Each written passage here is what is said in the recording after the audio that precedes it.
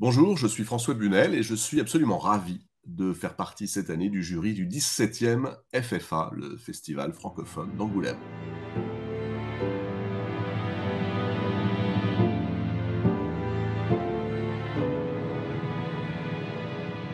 La bande dessinée, la littérature, le cinéma, on pourrait ajouter la musique, font partie, je crois, des choses qui aident à mieux vivre. Je sais du festival francophone d'Angoulême qui fait partie de ces petites capsules qui peut-être peuvent permettre à des films d'éclore, ça j'aime beaucoup l'idée, qui permettent d'ouvrir le regard vers d'autres horizons en langue française.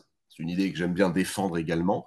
Et puis que c'est le moment où, et ça je crois que c'est très important dans une année, le moment où on est véritablement au jour de l'an.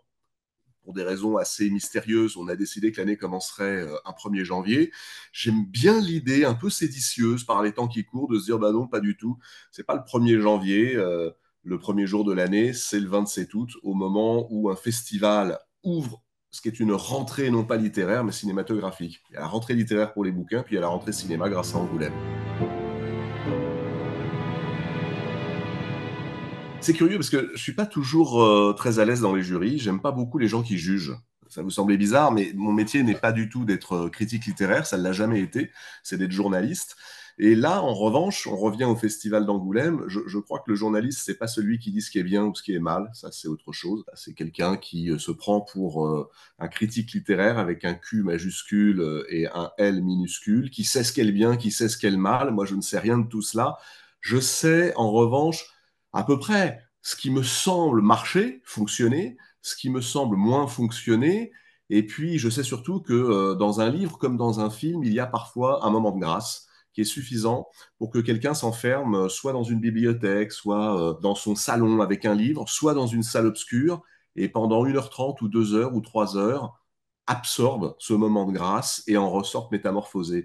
Donc, quand Dominique Messner m'a proposé de participer au festival comme membre du jury, j'ai été beaucoup plus bref et je lui ai dit que je ne savais pas trop parce que, effectivement, je vous dis, je suis pas très à l'aise avec l'idée de juger les œuvres des autres. Et puis, il m'a donné le nom des membres du jury. Et là, je me suis dit, on peut faire autre chose qui n'est pas dire c'est bien, c'est mal, mais parler ensemble, aider. Je pense qu'un jury, c'est aussi ça.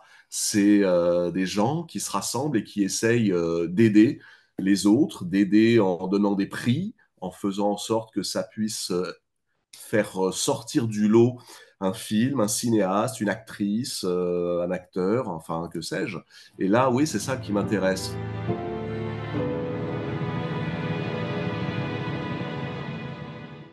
Christine Scott Thomas, ah, elle représente pour moi une espèce de d'icône cinématographique qui évidemment doit être très loin de ce qu'elle est et très collée au rôle qu'on lui a proposé.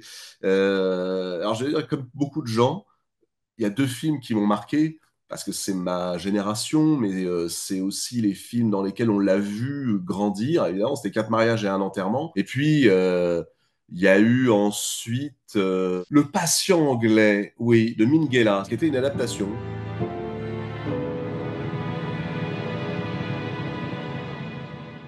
Oui, je crois qu'une bonne adaptation, c'est d'abord une interprétation. Ce qui est formidable, c'est que vous avez 2 choses très différentes, finalement, dans la vie, avec lesquelles vous pouvez jouer. C'est la page et l'écran. Mais un écran de cinéma, c'est pas une page.